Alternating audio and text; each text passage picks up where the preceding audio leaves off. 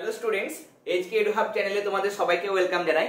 আজকে আমরা ক্লাস 9 এর ফিজিক্যাল সায়েন্স থেকে দেখো দারুণ ইম্পর্টেন্ট একটা চ্যাপ্টার, সেটা হচ্ছে অধ্যায় 4.3 দ্রবণ সলিউশন চ্যাপ্টারটা আমরা আজকে স্টার্ট করতে চলেছি। আমার কাছে দেখো প্রান্তিক পাবলিকেশন, প্রান্তিকের এছাড়া সাতরা এবং ভট্টাচার্য ব্রাদার্স তিনটে পাবলিকেশনের বই আছে। তোমরা যেহেতু বলেছিলে এই চ্যাপ্টারটা ভালো করে টেক্সট বুক থেকে যে বিষয়গুলো আছে সেগুলো তুলে ধরার জন্য, তার জন্য আমরা চেষ্টা করব বোর্ডে টেক্সট বুকের সমস্ত পোর্শনগুলো আমরা খুব ভালো করে খুব সহজ করে আমরা বুঝে নেব, এবং পাশাপাশি যেরকম আমরা অন্যান্য যে চ্যাপ্টারগুলো আমরা কমপ্লিট করেছি, যেমন মৌলের ধারণা বলো বা চ্যাপ্টার নাম্বার 3 পদার্থ গঠন ও ধর্ম, যেগুলো আমরা নোটস প্রোভাইড করেছি, এখানে হয়তো আমরা নোটস সরাসরি সেই নোটসের খাতা থেকে ক্লাসগুলো প্রোভাইড করছি না, কিন্তু এখানে আমরা কনসেপ্টগুলো বুঝে নেব, এবং তার পাশাপাশি আমাদের যেটা পিডিএফ রয়েছে সেই পিডিএফ থেকে আমরা যে যে প্রশ্নগুলো সেট করেছি, পিডিএফটা প্রিপেয়ার হয়ে গেছে এই চ্যাপ্টারে, দ্রবণ চ্যাপ্টারের। এখানে আমরা যে যে প্রশ্নগুলো রেখেছি তোমাদের সেকেন্ড ইউনিট টেস্টে, যেগুলো তোমাদের জানতে হবে। দেখো সব প্রশ্ন, অনেক কিছু প্রশ্ন আছে, এবার শুধু ইম্পর্টেন্ট কোশ্চেন যদি আমরা বেছে বেছে করি আর বাকি জিনিস যদি আমরা না দেখি, তাহলে কনসেপ্টটা কিন্তু ইনকমপ্লিট হয়ে যাবে। ধারণাটা, সম্পূর্ণ ধারণাটা তোমাদের কাছে কিন্তু কমপ্লিট হবে না, পুরোটাই কিন্তু ইনকমপ্লিট থাকবে। তাহলে আমরা বেসিক কনসেপ্টগুলো বুঝবো, এবং তার পাশাপাশি যখন আমাদের ক্লাস চলবে তোমাদের অবশ্যই বরাবরই যেটা আমি করি, যেগুলো বেশি ইম্পর্টেন্ট, তোমরা যেগুলো বেশি জোর দিয়ে পড়বে সেগুলো আমি ক্লাস চলাকালীন মেনশন করে দেবো। সেগুলো তোমরা স্টার মার্ক দিয়ে রাখবে যে এই কোশ্চেনগুলো ক্লাসে ইম্পর্টেন্ট বলা হয়েছে সেকেন্ড সামেটিভের জন্য, সেগুলো তোমরা মার্ক করে রাখবে। ওকে, তাহলে আমরা চ্যাপ্টারটা স্টার্ট করি। দেখো দ্রবণের ক্ষেত্রে আমরা প্রথমেই যেটা দেখবো সেটা হচ্ছে দ্রবণ কাকে বলে, তাই না? দ্রবণ কাকে বলে সেটা আমরা দেখবো। আমরা সংজ্ঞা লিখছি না, তোমাদের জাস্ট আমি এখানে ডিকটেট করে দিচ্ছি। দ্রবণ মানে হচ্ছে, দেখো, দুই বা তার থেকে বেশি পদার্থের একটা সমসত্ব মিশ্রণ। দুটো বা তার থেকে বেশি দ্রবণ তৈরি করতে গেলে একটা পদার্থ কখনো দিয়ে আমি তাকে দ্রবণ তৈরি করতে পারবো না। তাহলে দুটো বা তার বেশি পদার্থ, ধরো আমি চিনি নিয়েছি একটা পদার্থ, একটা নিয়েছি জল, বা হয়তো আমি একটা কি নিয়েছি, কিছুটা পরিমাণ নুন নিয়েছি আর আমি জল নিয়েছি, তাহলে দুটো পদার্থ হতে পারে। বা আমি জল নিয়েছি, চিনি নিয়েছি, নুনও নিয়েছি, তাহলে তিনটে পদার্থ। তাহলে দুই বা তার থেকে বেশি পদার্থের একটা সমসত্ব মিশ্রণ। আমি এখানে বলছি সমসত্ব মিশ্রণ। কেমন? সমসত্ব মিশ্রণ টার্মটা আমরা ব্যাখ্যা করব। কেমন? সমসত্ব মিশ্রণ, যেখানে প্রত্যেকটা অংশে, মিশ্রণের প্রত্যেকটা অংশে উপাদানের গঠন ও ধর্ম একই থাকে, এবং যে উপাদানগুলো দিয়ে দ্রবণটা তৈরি হচ্ছে তাদের যে একটা লিমিট রয়েছে, তাদেরকে একটা নির্দিষ্ট সীমা পর্যন্ত যদি বাড়ানো যায়, তাহলে সেটাকে আমরা বলবো দ্রবণ। আমি প্রত্যেকটা টার্ম এখানে ব্যাখ্যা করব। প্রথমে তোমরা বুঝতে পারলে যে দ্রবণ হচ্ছে দুই বা তার থেকে বেশি, মানে দুই বা ততোধিক পদার্থের সমসত্ব মিশ্রণ। সমসত্ব মিশ্রণ মানে কি?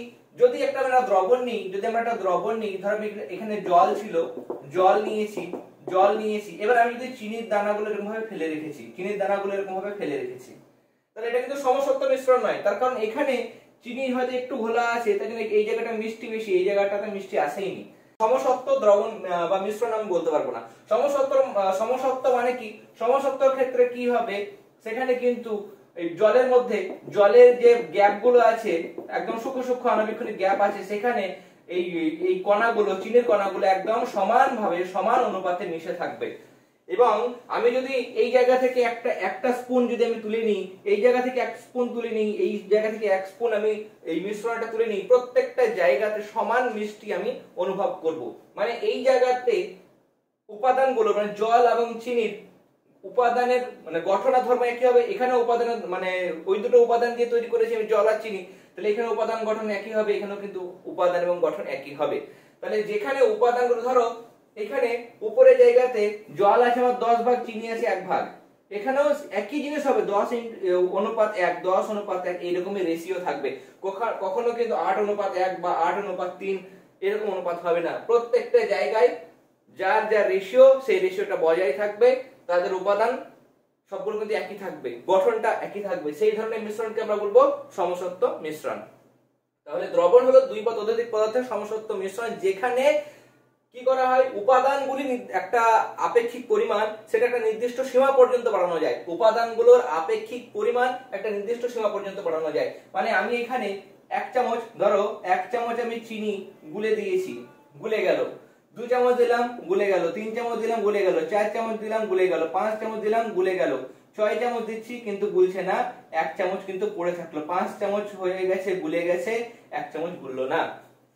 তার মানে এখানে আমি যে পরিমাণ জল নিয়েছি সেই জলের অনুসারে সেই পরিমাণের হিসাবে আমি এই জলের মধ্যে আমি 5 চামচই চিনি দ্রবীভূত করতে পারবো, তার বেশি পারবো না। তাহলে এটা হচ্ছে একটা নির্দিষ্ট সীমা, তার থেকে বেশি আমি কিন্তু তাকে দ্রবীভূত করতে পারছি না।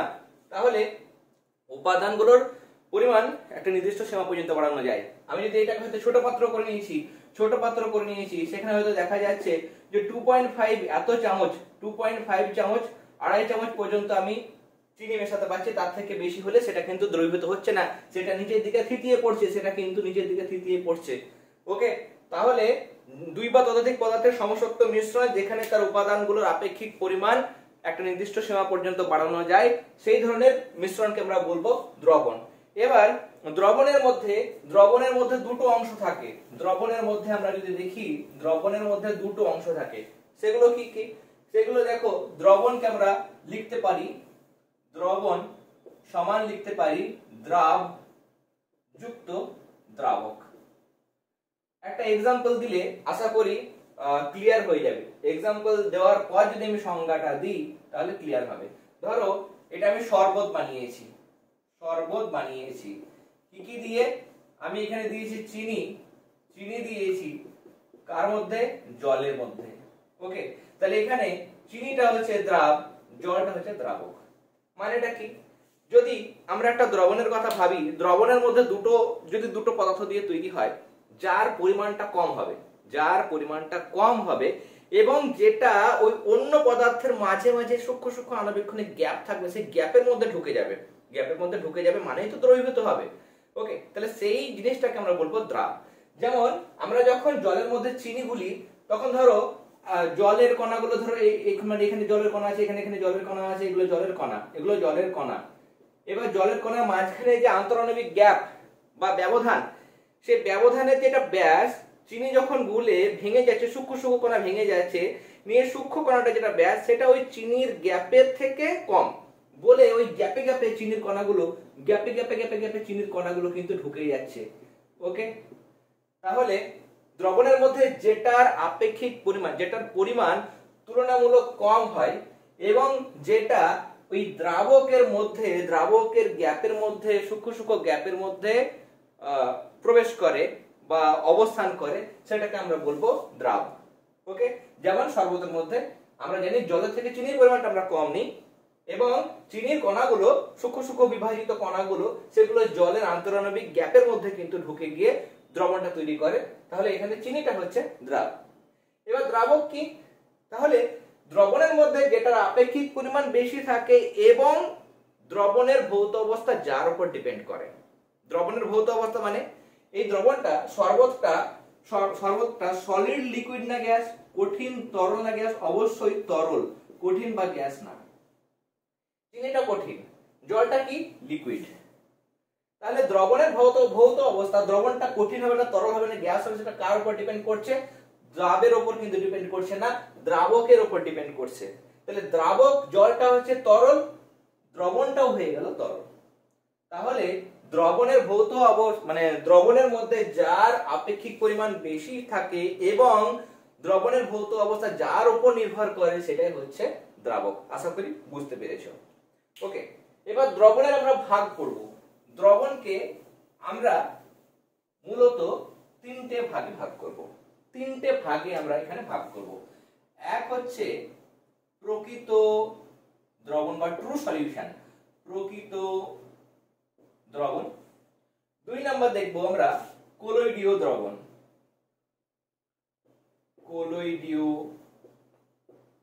দ্রবণ, আর 3rd নাম্বার দেখব, যেটা 3rd টাইপ, সেটা হচ্ছে প্রলম্বন হচ্ছে আমাদের 3rd টাইপ। এবার প্রথমে বুঝবো আমরা যে প্রকৃত দ্রবণ, যেটা আমরা বলছি ট্রু সলিউশন, সেটা কি। যদি দ্রবণের মধ্যে যে দুটো উপাদান পড়লাম, দ্রাব এবং দ্রাবক, দ্রবণের মধ্যে যেটা দ্রাব, সেই দ্রাবক কণার ব্যাস যদি দ্রাব কণার ব্যাস যদি 10⁻⁻8 সেন্টিমিটার বা তার কম, এর কম, তাই তো? তাহলে 10⁻⁻8 সেন্টিমিটার বা তার কম যদি হয়, কেমন, এটা সমান বা তার কম, তার মানে খুবই সূক্ষ্ম যদি হয়, তাহলে সেই ধরনের দ্রবণকে আমরা বলবো প্রকৃত দ্রবণ। তোমরা সংজ্ঞা লিখতে পারো সংজ্ঞার ক্ষেত্রে যে যখন কোনো দ্রাবকে কোনো দ্রাবের কণাগুলি বিভাজিত হয়ে 10⁻⁸ সেন্টিমিটার বা তার থেকে সূক্ষ্ম কণায় ভেঙে গিয়ে দ্রাবকের অণুর মাঝখানের গ্যাপগুলোতে, মানে মাঝের স্থানে দ্রাবকের সঙ্গে ওতপ্রোতভাবে মানে একসঙ্গে মিলে গিয়ে একটা স্বচ্ছ, সমসত্ব এবং স্থায়ী মিশ্রণ তৈরি করে, সেটাকে বলা হয় প্রকৃত দ্রবণ। তাহলে যখন কোনো দ্রবণের মধ্যে দ্রাব কণাগুলি, কার কথা বলছি আমরা, এটা দ্রাব কণা, দ্রবণের মধ্যে দ্রাব মানে হচ্ছে সলিউট, দ্রাব মানে হচ্ছে কি বললাম, দ্রাব মানে হচ্ছে সলিউট, এবং দ্রাবক যেটা, দ্রাবকের কথা আমরা বলছিলাম, দ্রাবকের কথা বলছিলাম, সেটা হচ্ছে আমার সলভেন্ট। সলিউট এবং সলভেন্ট মিক্স হয়ে তৈরি হচ্ছে দ্রবণ মানে সলিউশন। এবার প্রকৃত দ্রবণের ক্ষেত্রে যে দ্রবণের ক্ষেত্রে দ্রাব কণাগুলোর ব্যাস কত হয় 10⁻⁸ সেন্টিমিটার বা তার থেকে বেশি, বা যে দ্রবণে দ্রাব কণাগুলি 10⁻⁸ সেন্টিমিটার বা তার থেকে কম সূক্ষ্ম কণায় বিভাজিত হয়ে দ্রাবক কণার মাঝের স্থানগুলোতে প্রবেশ করে দ্রাবকের সঙ্গে ওতপ্রোতভাবে মানে একদম, মানে একসঙ্গে একদম, মানে এর দ্রাবক এবং দ্রাবকের মাঝে গ্যাপগুলোতে দ্রাবগুলো ঢুকে গেছে, একদম গ্যাপে ঢুকে গেছে। ওকে, তাহলে ওতপ্রোতভাবে যখন মিশে যায় এবং মিশে যাওয়ার পর কি করবে, মিশে যাওয়ার পর সমসত্ব, অবশ্যই সমসত্ব স্বচ্ছ, কেমন, সমসত্ব স্বচ্ছ এবং স্থায়ী একটা দ্রবণ তৈরি করবে, সেটাকে আমরা বলবো প্রকৃত দ্রবণ।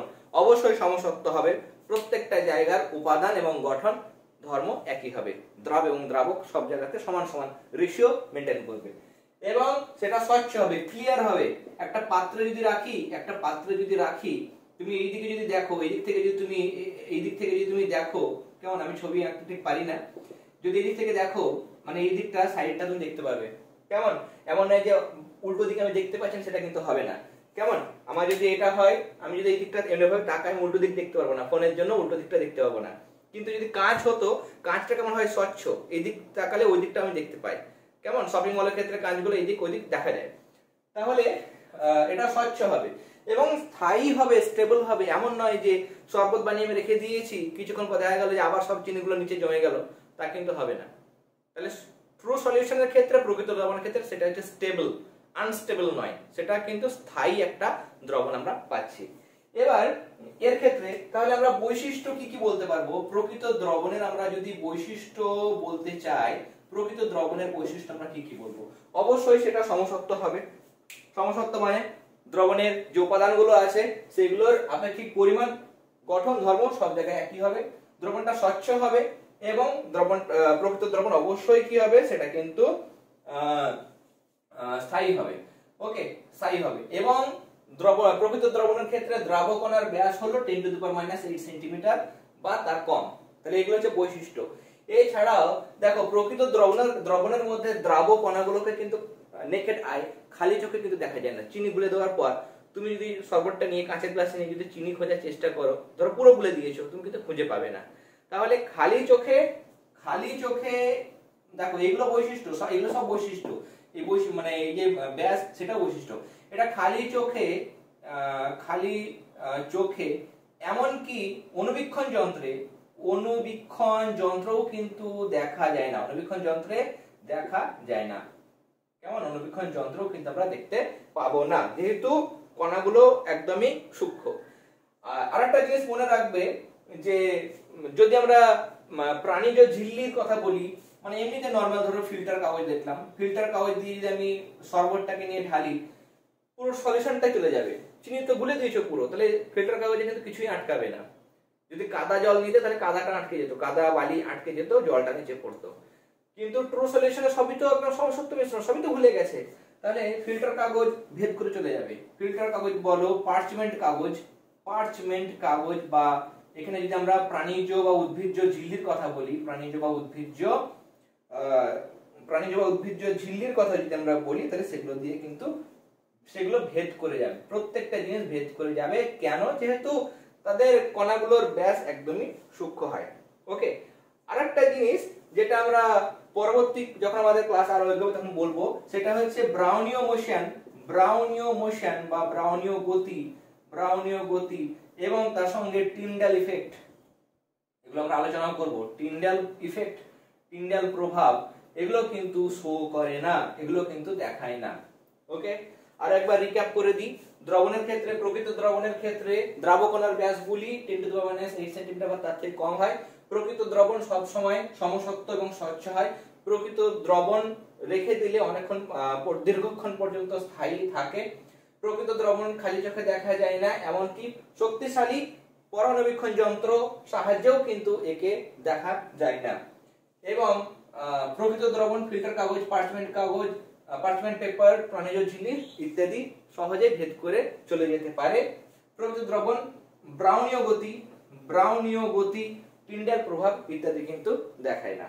ওকে, নেক্সট আমরা দেখবো যেটা, সেটা হচ্ছে ভালো একটা জিনিস, কলোয়েডীয় দ্রবণ। তোমরা যদি সায়েন্স নিয়ে পড়ো তাহলে কেমিস্ট্রির মধ্যে এই জিনিসগুলো পড়বে। কলোয়েডীয় দ্রবণের ক্ষেত্রে এটা হচ্ছে 10⁻⁵ থেকে 10⁻7 সেন্টিমিটার। এটা হচ্ছে ব্যাস, 10⁻5 থেকে 10⁻7 সেন্টিমিটার ব্যাস বিশিষ্ট হবে। এবং কণাগুলো কিন্তু অদ্রাব্য হবে, অদ্রাব্য অবস্থায় কিন্তু এগুলো যেমন দ্রাব্য ছিল, এটা কিন্তু অদ্রাব্য হবে এবং ইতস্ততভাবে কিন্তু ঘুরে বেড়ায় এবং দ্বিদশা বিশিষ্ট একটা মিশ্রণ তৈরি করে। ওকে, তাহলে এখানে 10⁻⁵ থেকে 10⁻7 সেন্টিমিটার দ্রাবকণাগুলোর ব্যাস হয় এবং দ্রাবকণাগুলো দ্রবণের মধ্যে বা দ্রাবকের মধ্যে অদ্রাব্য হয় এবং ইতস্ততভাবে কিন্তু ঘুরে বেড়ায় এবং সেখানে কিন্তু একটা কি হয়, এটা যেমন স্বচ্ছ সমসত্ব ছিল, এটা কিন্তু অস্বচ্ছ এবং অসমসত্ব, মানে সমসত্বর উল্টো, কেমন অসমসত্ব কিন্তু একটা মিশ্রণ তৈরি করে, সেটাকে আমরা বলবো কলোয়েডীয় দ্রবণ। এবং মজার বিষয়, এটা অদ্রাব্য, ইতস্তত, ঘুরে বেড়াচ্ছে, অস্বচ্ছ, অস্বচ্ছ যাই হোক, যা হলো অস্বচ্ছ মানে এই দিক থেকে দেখলে ওই দিকে আমি দেখতে পাবো না, অসমসত্ব মানে উপাদানগুলো সব জায়গায় সমান নাই, সে ঠিক আছে। ইতস্ততভাবে ঘুরে বেড়া সত্ত্বেও এটা কিন্তু এই যদি বৈশিষ্ট্য আমরা দেখি, বৈশিষ্ট্য মানে উপরে এগুলো তো অবশ্যই বৈশিষ্ট্য, তার পাশাপাশি এগুলো কিন্তু স্থায়ী। কলোয়েডীয় দ্রবণ কিন্তু অস্থায়ী নয়, এটাও কিন্তু স্থায়ী একটা দ্রবণ। এবং এখানে এটা খালি চোখে দেখা না গেলে অণুবীক্ষণ যন্ত্রে দেখা যায়। কেমন, কলোয়েডীয় দ্রবণটা যদি আমরা দেখি, খালি চোখে এটা দেখা যায় না, কিন্তু খালি চোখে যদি আমরা দেখি তাহলে খালি চোখে দেখা যাবে না, কিন্তু অণুবীক্ষণ যন্ত্রে কিন্তু আমরা এটাকে দেখতে পাবো। ফিল্টার কাগজ কিন্তু এরা ভেদ করতে পারে। কেমন, ফিল্টার কাগজ ভেদ করতে পারে। তাহলে এখানে আমরা ফিল্টার কাগজে যদি লিখি, তাহলে ফিল্টার কাগজ বৈশিষ্ট্য এগুলো, কেমন, ফিল্টার কাগজ বা ফিল্টার পেপার সেগুলো ভেদ করতে পারে, কিন্তু পার্চমেন্ট বা প্রাণীজ ঝিল্লি এগুলো কিন্তু ভেদ করতে পারে না। ওকে, তাহলে এগুলো বৈশিষ্ট্য আমাদের। অসমসত্ব, অস্বচ্ছ, দ্রাবকণার যে ব্যাস 10⁻⁵ থেকে 10⁻7 সেন্টিমিটার এবং দ্রাবকণাগুলো অদ্রাব্য হয়, ইতস্ততভাবে ঘুরে বেড়ায় এবং দ্বিদশা বিশিষ্ট একটি মিশ্রণ উৎপন্ন করে। এক্ষেত্রে দ্রবণ অস্থায়ী প্রকৃতির হয়, দ্রবণটা কলোয়েডীয় দ্রবণ স্থায়ী প্রকৃতির হয়। কলোয়েডীয় দ্রবণ কণাগুলি খালি চোখে দেখা যায় না, কিন্তু শক্তিশালী ইলেকট্রন অণুবীক্ষণ যন্ত্র বা অণুবীক্ষণ যন্ত্র সাহায্যে দেখা যায়। দ্রাবকণাগুলি কলোয়েডীয় দ্রবণ ফিল্টার কাগজ ভেদ করতে পারলেও পার্চমেন্ট কাগজ কিন্তু ভেদ করতে পারে না। ওকে, আর মজার আরেকটা জিনিস বিষয় যেটা, এই যে ব্রাউনীয় গতি এবং টিন্ডাল ইফেক্ট, এটা দুটোই কিন্তু শো করে, দুটোই কিন্তু দেখায়। ওকে, সেটা হচ্ছে কলোয়েডীয় দ্রবণ। বৈশিষ্ট্যগুলো আশা করি বুঝতে পেরেছো। এবার নেক্সট আমরা যেটা দেখব সেটা হচ্ছে প্রলম্বন। এখানে প্রলম্বনের ক্ষেত্রে 10⁻⁴ সেন্টিমিটার বা তার থেকে বেশি হবে, মানে বড়, কণাগুলো 10⁻⁴ সেন্টিমিটার বা তার থেকে বড়, এগুলো অদ্রাব্য। এগুলো কি হবে? অদ্রাব্য হবে, মানে গুলবে না, অদ্রাব্য হবে, ইতস্তভাবে ঘুরে বেড়াবে এবং সেটাও কিন্তু অস্বচ্ছ এবং থিতিয়ে পড়ে। এটা কিছুক্ষণ রেখে দিলে সেটা কিন্তু থিতিয়ে পড়ে, এটাও কিন্তু অস্থায়ী। কেমন? অস্থায়ী। ওকে, তাহলে প্রলম্বনের ক্ষেত্রে তোমরা চাইলে সংজ্ঞা লিখতে পারো যে যখন কোনো কঠিন পদার্থ সাধারণত কোনো তরল দ্রাবকের মধ্যে 10⁻⁴ সেন্টিমিটার বা তার থেকে বেশি ব্যাস বিশিষ্ট ক্ষুদ্র কণায় ভেঙে গিয়ে অস্বচ্ছ, অসমসত্ব, অস্থায়ী একটা মিশ্রণ তৈরি করে, যেটা কিনা কি করতে পারে? ফিল্টার কাগজ বা পার্চমেন্ট কাগজের মধ্যে দিয়ে যেতে পারে না। ফিল্টারও ভেদ করতে পারবে না, পার্চমেন্টও ভেদ করতে পারবে না, তাকে প্রলম্বন বলে। তাহলে এখানেও আমাদের ফিল্টার পার্চমেন্ট এগুলো কোনোটাই কিন্তু ভেদ করতে পারে না। প্রকৃত দ্রবণ দুটোই ভেদ করতে পারছিল, ফিল্টার, পার্চমেন্ট, প্রাণীজ ঝিল্লি সবই। কলিডীয় দ্রবণের ক্ষেত্রে ফিল্টার কাগজ ভেদ করতে পারছে, পার্চমেন্ট কাগজটা ভেদ করতে পারছে না। প্রলম্বনের ক্ষেত্রে ফিল্টারও ভেদ করতে পারে না, পার্চমেন্টও ভেদ করতে পারে না। তুমি কাদা জল নিয়েছো, ঘুলে দেবে, দেখো কাদাগুলো, বালিগুলো আটকে যায়। ওকে, বা চকের গুঁড়ো নিয়েছো, জলের মধ্যে ভুলেছো, ফিল্টার কাগজে ফেলেছো, ফিল্টার কাগজে আটকে যাবে। আর পার্চমেন্ট কাগজে অবশ্যই আটকে যাবে। তাহলে এগুলো আমরা দেখছি বৈশিষ্ট্য। এবার আমাদের একটা প্রশ্ন আছে, সেটা হচ্ছে সব দ্রবণী মিশ্রণ, কিন্তু আমি লিখছি এখানে কোশ্চেনটা হচ্ছে সব দ্রবণী মিশ্রণ কিন্তু সব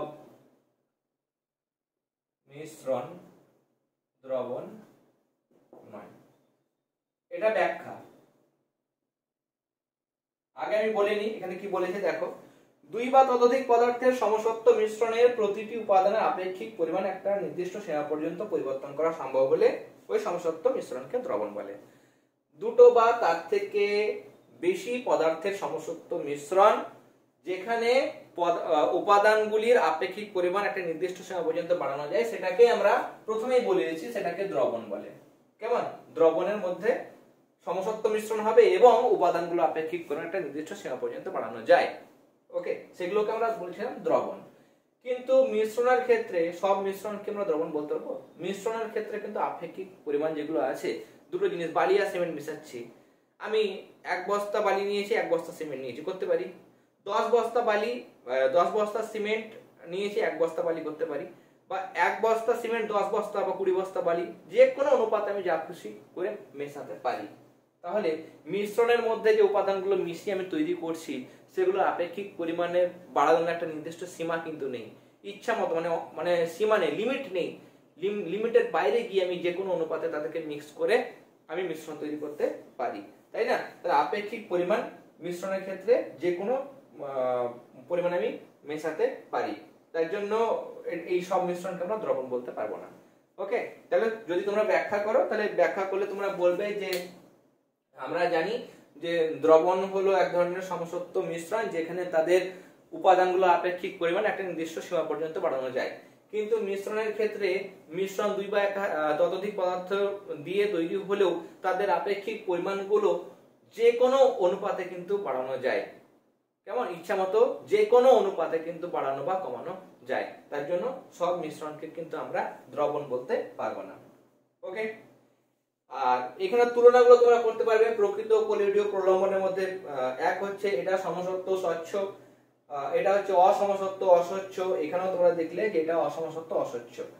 আর ব্যাসগুলো বলবে 10⁻⁸ সেন্টিমিটার বা তার থেকে কম, তাই না? কলিডীয়র ক্ষেত্রে আমরা কি দেখলাম? কলিডীয়র ক্ষেত্রে আমরা দেখলাম যে 10⁻⁵ থেকে 10⁻⁷। আর এখানে দেখলাম 10⁻⁴ সেন্টিমিটার বা তার থেকে বেশি। এগুলো পরাণবীক্ষণ যন্ত্রে দেখা যায়। এটা পরাণবীক্ষণ যন্ত্রের সাহায্যে কিন্তু দেখা যায় না, এটা দেখা যায়, এটাও কিন্তু দেখা যায়। ওকে, আর টিন্ডাল প্রভাব এটাতে দেখা যায় না, এটাতে টিন্ডাল প্রভাব, ব্রাউনীয় গতি দেখা যায়। এখানেও কিন্তু টিন্ডাল প্রভাব এবং ব্রাউনীয় গতি দেখা যায়। সবথেকে বেশি কলোয়েডে ভালো হয়। কেমন? তাহলে প্রকৃত দ্রবণে টিন্ডাল প্রভাব, ব্রাউনীয় গতি দেখা যায় না, কিন্তু কলোয়েডীয় দ্রবণ এবং প্রলম্বনের মধ্যে দেখা যায়। ওকে, আর থিতায়ন একটা বৈশিষ্ট্য হয়। থিতায়ন মানে হচ্ছে কোনো অবস্থাতেই দ্রাবকণাগুলো থিতিয়ে পড়ে না। এগুলো সহজে তৃতীয় পড়ে না, এগুলো স্থায়ী হয়, কিন্তু বিশেষ অবস্থায় এগুলো মানে ধরো উত্তপ্ত যদি করা হয় বা তড়িৎ বিশ্লেষ্য পদার্থ যদি যোগ করা হয় তাহলে কিন্তু এগুলো তৃতীয় পড়ে। জেনারেলি এগুলো স্থায়ী হয়। এটা যেমন স্থায়ী, এটাও স্থায়ী, কলোয়েডীয় দ্রবণটাও স্থায়ী, কিন্তু এটা কোনো অবস্থাতে অস্থায়ী করা যায় না। কিন্তু কলোয়েডীয় যেটা দ্রবণ সেটাতে যদি আমি উপযুক্ত কোনো তড়িৎ বিশ্লেষ্য ইলেকট্রোলাইট যদি যোগ করি বা যদি একে উত্তপ্ত করি তাহলে কিন্তু এগুলো তৃতীয় পড়ে। কেমন? তাহলে একে অস্থায়ী করা যায়। আর প্রলম্বন তো এমনিতেও অস্থায়ী, কাদা জল এমনি ঘুরে রেখে দাও, আধ ঘন্টা 1 ঘন্টা রেখে দাও, দেখবে সবগুলো তৃতীয় পড়ছে, অভিকর্ষ বলের প্রভাবে সেগুলো নিচে চলে আসে। ওকে, নেক্সট আর দুই একটা বিষয় আছে, আমি ফার্স্ট আমাদের যেটা পিডিএফ সেটা পুরোটা কমপ্লিট করে দিই এবং যা যা আমি বললাম এখানে যা যা বলা হয়েছে ওকে আমি এখানে সবকিছু ব্যাখ্যা করে দিয়েছি। আচ্ছা, আমি যদি সম্ভব হচ্ছে আমি এই জায়গাতে করে দিচ্ছি। ওকে, নেক্সট কোশ্চেন হচ্ছে সমীকরণ সহ কলোয়েডীয় সালফার প্রস্তুতি। কলোয়েডীয় সালফার প্রস্তুতি আমরা কি করে করব? কলোয়েডীয় সালফার প্রস্তুতির ক্ষেত্রে আমরা যেটা করতে পারি, কলোয়েডীয় সালফার প্রস্তুতি কেমন, তোমরা হেডিং করবে যেটা সেটা হচ্ছে কলোয়েডীয়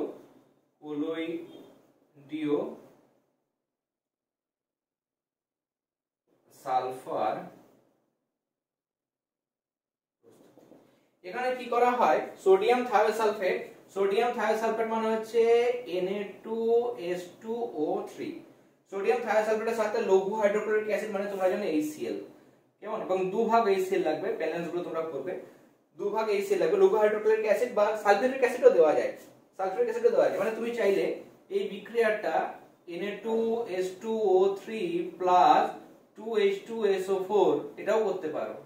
ওকে, নিয়ে এখানে যেটা তৈরি হবে সেটা হচ্ছে সোডিয়াম ক্লোরাইড তৈরি হবে, 2NaCl তৈরি হবে, সালফার SO2 এবং জল, এটা কলোয়েডীয় সালফার। এখানেও তাই, এখানে Na2SO4 তৈরি হবে plus sulphur plus SO2 plus H2O। মানে এই ধরনের বিক্রিয়াকে কি বলা হয়? এটা ক্লক রিঅ্যাকশন বলা হয়। কেমন? একে ক্লক রিঅ্যাকশন বলা হয়। ওকে, তাহলে সোডিয়াম থায়োসালফেট যেটা Na2H2O3 তার সঙ্গে আমি লঘু হাইড্রোক্লোরিক অ্যাসিড দিতে পারি বা লঘু সালফিউরিক অ্যাসিড দিলে সেখানে যেটা সালফার উৎপন্ন হচ্ছে, এই যে সালফারটা যেটা উৎপন্ন হচ্ছে সেটাই কিন্তু কলোয়েডীয় সালফার। ওকে, এবং দ্রবণে সালফারের গাঢ়তা একটা যদি নির্দিষ্ট সীমায় পৌঁছায় তখন সালফার কণাগুলি অধক্ষিপ্ত না হয় কিন্তু এরকম ভাবে মানে ইতস্ততভাবে কিন্তু ঘুরে বেড়ায়। এটা হচ্ছে কলোয়েডীয় সালফার তৈরি। ওকে, প্রশ্ন হচ্ছে আরেকটা যে কলোয়েডীয় দ্রবণ এবং প্রলম্বনের মধ্যে কোনটা বেশি স্থায়ী? দেখো, কলোয়েডীয় দ্রবণ যেটা, কলোয়েডীয় দ্রবণ এবং প্রলম্বনের মধ্যে কোনটা বেশি স্থায়ী? ওকে, অবশ্যই কলোয়েডীয় দ্রবণ স্থায়ী। এটা তো অস্থায়ী, এটা প্রলম্বন তো অস্থায়ী, আমরা অলরেডি প্রথমেই বলে দিয়েছি। এমনিতেও দেখা যাচ্ছে যে 10⁻5 সেন্টিমিটার থেকে 10⁻7 সেন্টিমিটার, মানে দ্রাবকণাগুলো ব্যাসগুলো খুব ছোট, কিন্তু এখানে দ্রাবকণাগুলো আর একটু বড়, এগুলো কিন্তু বড়, মাইনাসে যাচ্ছে, মাইনাসে কিন্তু কেমন 10⁻⁻ মানে -7 এর থেকে -5 বড়, তার থেকে -4 বড়, -2 যদি বলি 10⁻2 আরো বড়, 10⁻1 আরো বড়, নিয়ে 10 হয়ে গেল, 10⁻0 মানে 1 হলো, তারপর 10⁻1 মানে এগুলো সব বাড়ছে, কেমন মাইনাস থেকে প্লাসের দিকে যাচ্ছে মানে বড় হচ্ছে, মাইনাস কমছে মানে বড় হচ্ছে। তাহলে এগুলো বড়, দ্রাবকণাগুলো বড় এবং সেগুলো কিন্তু সহজে দ্রাবক কণার ভেতরে কিন্তু প্রবেশ করতে পারে না, সেজন্য এগুলো অস্থায়ী প্রকৃতির হয়, প্রলম্বনগুলো অস্থায়ী প্রকৃতির হয়। এবং দেখো এখানে ব্রাউনীয় গতির জন্য কলোয়েডীয় দ্রবণের বিস্তৃত দশার কণাগুলি সর্বদা গতিশীল অবস্থায় থাকে। এর মধ্যে কলোয়েডীয় দ্রবণের মধ্যে ব্রাউনীয় গতি, টিন্ডাল প্রভাব দেখা যায়। ব্রাউনীয় গতির জন্য দ্রাবক কণাগুলি কিন্তু ইতস্ততভাবে মানে পুরো দ্রবণের মধ্যে মানে সব সময় কিন্তু ঘোরাফেরা করে, পুরো দ্রবণের মধ্যে ঘোরাফেরা করে। কেমন? এবার যদি ঘোরাফেরা করে এক জায়গায় জড়ো হয়ে ভারী হবে তবেই তো সেটা থিতিয়ে পড়বে, নিচে পড়বে, কিন্তু কলোয়েডীয় দ্রবণগুলো এক জায়গায় জড়ো হতে পারছে না, তাদের মধ্যে নিজেদের মধ্যে আকর্ষণ বলটা নেই, নিজেদের মধ্যে আকর্ষণ বল থাকছে না বলেই কিন্তু কাছাকাছি আসতে পারছে না, প্লাস ব্রাউনীয় গতির জন্য সবসময় ঘুরছে, এই কণাটা এখানে আছে, পরে এখানে আছে, পরে এখানে চলে আসছে, তাহলে কণাগুলো সব সময় গতিশীল অবস্থায় আছে, ব্রাউনীয় গতির মধ্যে বা ব্রাউনীয় মোশনের মধ্যে আছে, ফলে তারা কিন্তু কাছাকাছি আসার সুযোগ পাচ্ছে না এবং থিতিয়ে পড়ার কিন্তু সুযোগ পাচ্ছে না, ফলেই কিন্তু কলোয়েডীয় দ্রবণগুলো কি হয়, স্টেবল বা স্থায়ী প্রকৃতির হয়। তাছাড়া এর মধ্যে কলোয়েডীয় দ্রবণের ক্ষেত্রে যে কণাগুলো আছে সবগুলো একই ধরনের হয়, একই আধানযুক্ত, মানে সবগুলো হয়তো পজিটিভ বা সবগুলো নেগেটিভ। তো সবগুলো যদি পজিটিভ হয় তাহলে পজিটিভ পজিটিভ পরস্পরকে রিপালশন করবে, বিকর্ষণ করবে। বা কোনো একটা কলোয়েডীয় দ্রবণ নিচ্ছি, সব নেগেটিভলি চার্জ, মানে ঋণাত্মক আধানগ্রস্ত, তাহলে ঋণাত্মক নেগেটিভ নেগেটিভ পরস্পরকে বিকর্ষণ করবে। তাহলে কাছে আসতেই পারবে না, যে কাছে এসে বড় কলোয়েডীয় কণা তৈরি করবে, ভারী হবে, থিতিয়ে পড়বে, সেটা চান্সই নেই, যেহেতু একই প্রকৃতির আধানে এরা আহিত। হয় পুরোটাই ধনাত্মক, তাহলে পুরোই ধনাত্মক হলে বিকর্ষণ করবে, বা পুরোই ঋণাত্মক তবুও কণাগুলো পরস্পরকে মানে বিকর্ষণ করবে। কেমন? তার জন্য কিন্তু কাছাকাছি আসতে পারছে না, থিতিয়ে পড়তে পারছে না। এছাড়াও দেখলাম ব্রাউনীয় মোশন আছে, তার জন্য কিন্তু কলোয়েডীয় দ্রবণটা স্টেবল। কিন্তু এখানে দেখো এর মধ্যে সাধারণত ব্রাউনীয় গতি দেখা যায় না, দেখা যায় প্রলম্বনের মধ্যেও ব্রাউনীয় গতি, টিন্ডেল প্রভাব দেখা যায়, কিন্তু অনেক প্রলম্বন রয়েছে যেখানে কিন্তু ব্রাউনীয় গতিটা লক্ষ্য করা যায় না। এবং যদি রেখে দেওয়া হয়, কিছুক্ষণ রেখে দিলে কিন্তু এগুলো নিচের দিকে থিতিয়ে পড়ে।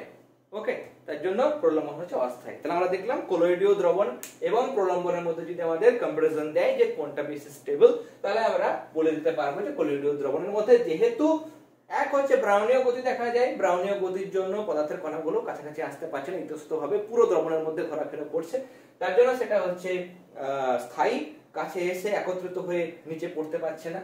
দুই নম্বর হচ্ছে কলোয়েডীয় দ্রবণ সবসময় একই প্রকৃতির আধান দ্বারা আহিত হয়, হয় পুরোটাই ধনাত্মক বা পুরোটাই ঋণাত্মক আধানগ্রস্ত হয়, তার জন্য নিজেদের কণাগুলোর মধ্যে সবসময় বিকর্ষণ বল কাজ করে, ফলে কাছাকাছি এসে থিতিয়ে পড়তে পারে না বা তার স্টেবিলিটি বা স্থায়িত্বটাকে নষ্ট করতে পারে না। অপরপক্ষে প্রলম্বনের ক্ষেত্রে এদের মধ্যে দেখা যায় যে ব্রাউনীয় গতির কিছু কিছু ক্ষেত্রে দেখা যায়, কিন্তু বেশিরভাগ ক্ষেত্রে ব্রাউনীয় গতি কিন্তু লক্ষ্য করা যায় না। এবং কিছুক্ষণ যদি একটা প্রলম্বন কোনো জায়গায় স্থিরভাবে রেখে দেওয়া হয়, তাহলে অটোমেটিক্যালি কি হবে, দ্রব কণাগুলো কিন্তু অভিকর্ষ বলের প্রভাবে, যেহেতু তাদের কণাগুলোর ব্যাসটা অনেকটাই বড়, সেই জন্য নিচের দিকে কিন্তু থিতিয়ে পড়ে। ওকে, তাহলে ফার্স্ট পার্টটা আমরা আজকে প্রোভাইড করলাম। আজকের ক্লাসটা তোমাদের কেমন লাগলো সেটা কিন্তু অবশ্যই তোমরা কমেন্ট সেকশনে কমেন্ট করে জানাবে। ক্লাসটি ভালো লেগে থাকলে অবশ্যই ক্লাসটিতে লাইক দেবে এবং বন্ধুদেরকেও অবশ্যই এই ক্লাসগুলো শেয়ার করবে। তোমরা যত বেশি শেয়ার করো, ধরো কোনো ক্লাস আমি দিলাম, সেটা তোমরা ফিডব্যাক দিচ্ছ, স্যার ক্লাসটা ভালো লাগলো, বা স্যার এই পয়েন্টটা আরেকবার বলে দিন, বা এই জায়গাটা নেক্সট ক্লাসে আমার এই জায়গাটা অসুবিধা হচ্ছে, আপনি যখন এই ক্লাসগুলো দেবেন, পরবর্তী ক্লাসগুলো দ্রবণের, এই জায়গাটা স্যার আমাকে একটু বলে দেবেন। তাহলে আমারও সুবিধা হয় যে হ্যাঁ, তোমাদের আমি যদি হেল্প করতে পারি, যে দ্রবণের মধ্যে এই পোর্শনটা হয়তো তোমরা একটু এগিয়ে গেছো, পড়া হয়ে গেছে, দ্রবণ চ্যাপ্টারটা অনেকের হয়তো পড়া হয়ে গেছে, কিন্তু কিছু কিছু জায়গায় প্রবলেম আছে, সেইগুলো যদি কমেন্টে জানাও, তাহলে পরে যখন আমি ক্লাস প্রোভাইড করবো, তাহলে সেই পয়েন্টগুলো আমি তুলে ধরবো, যাতে করে তোমাদের যাদের যা সমস্যা আছে সেগুলো সবগুলো ক্লিয়ার হয়ে যায়। ওকে, ক্লাসগুলো যাই যেমনই লাগছে, তোমাদের কেমন মনে হচ্ছে, কোনো অসুবিধা হচ্ছে কিনা, কোনো জায়গাটা বুঝতে অসুবিধা হচ্ছে কিনা, সেটা কমেন্টে জানাবে। কেমন? ধরো আমাদের 2-3টে ক্লাস হয়ে গেল, তারপর তুমি কমেন্ট করে জানাচ্ছ যে আমার প্রথম ক্লাসে এই জিনিসটা বুঝতে পারিনি, তাহলে কিন্তু অবশ্যই অসুবিধা, কারণ আমি অনেকটা এগিয়ে যাচ্ছি তারপরে বলছো, সেটা করবে না। রিসেন্ট যে ক্লাসটা হচ্ছে সেটা তুমি নেক্সট ক্লাসের আগেই তুমি কমেন্ট করে জানাবে যে আমার এই জায়গাটা প্রবলেম হচ্ছে, যাতে করে আমি নেক্সট ক্লাসে সেই জায়গাগুলো তুলে ধরতে পারি। ওকে, তাহলে আজকের ক্লাস আমি এখানেই শেষ করলাম। তোমরা সবাই খুব ভালো থেকো। All the very best.